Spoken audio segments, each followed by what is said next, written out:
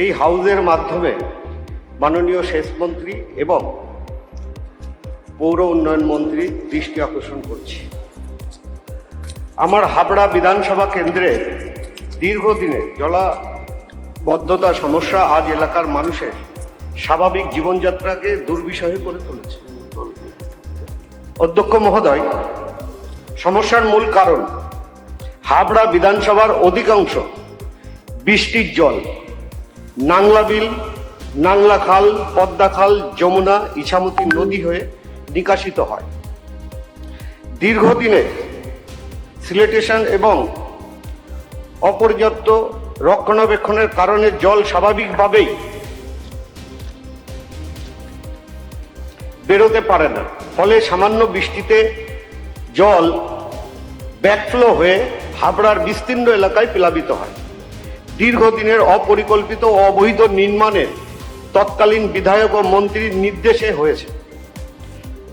হাবড়াতে ফলে বহু নালা, জলাশয়, পুকুর ভরাট হয়ে স্বাভাবিকভাবে জল নিকাশি ব্যবস্থা মারাত্মকভাবে ক্ষতিগ্রস্ত হয়েছে। হাবড়ার জন্য মাস্টার প্ল্যানের আমি আবেদন করছি আপনার মাধ্যমে। হাবড়ায় এই দীর্ঘদিনের সমস্যা স্থায়ী সমাধানের জন্য একটি ইন্টিগ্রেটিভ মাস্টার প্ল্যান তথা হাবড়ার মাস্টার প্ল্যান গ্রহণ করা অত্যন্ত জরুরি স্যার। আমি অনুরোধ করছি এই মাস্টার প্ল্যানে নিম্নলিখিত বিষয়গুলি অন্তর্ভুক্ত করা হলে উপকৃত হবে হাবড়া বিধানসভার মানুষ এবং হাবড়ার আশেপাশের মানুষ। Underground storm water drainage network নির্মাণ, নালা ও খালগুলি মেকানাইজিং, সিলিয়েশন টেনশন, নাংলা বিল, নাংলা খাল, পদ্মা খাল, যমুনা ও ইছামতি নদীর বৈজ্ঞানিক ড্রেজিং ও সংস্কার।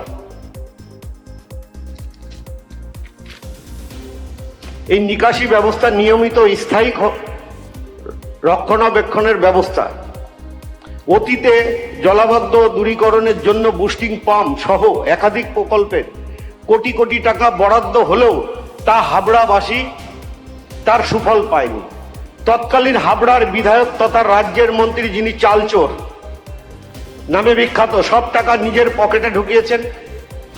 তাই আমি হাউজের সামনে জনস্বার্থে এই প্রকল্পগুলির কার্যকারিতা ও আর্থিক ব্যয়ের নিরপেক্ষ তদন্ত করবার দাবি জানাচ্ছি আপনার মাধ্যমে। এই জলাবদ্ধতা শুধু একটি নাগরিক সমস্যা নয়, এটি মানুষের জীবনের জন্যও একটা নরক যন্ত্রণা। নিকাশি ব্যবস্থা ভয়াবহতার কারণে অতীতে একটি 6 মাসের শিশু মর্মান্তিক মৃত্যু হয় ওই জলে ডুবে। ভবিষ্যতে যেন আর কোনো পরিবারকে এমন সংক্ষেপে মাননীয় সদস্য 30 সেকেন্ড হতে না হয়, সেই লক্ষ্যে দ্রুত কার্যকর পদক্ষেপ গ্রহণ করা অত্যন্ত জরুরি স্যার।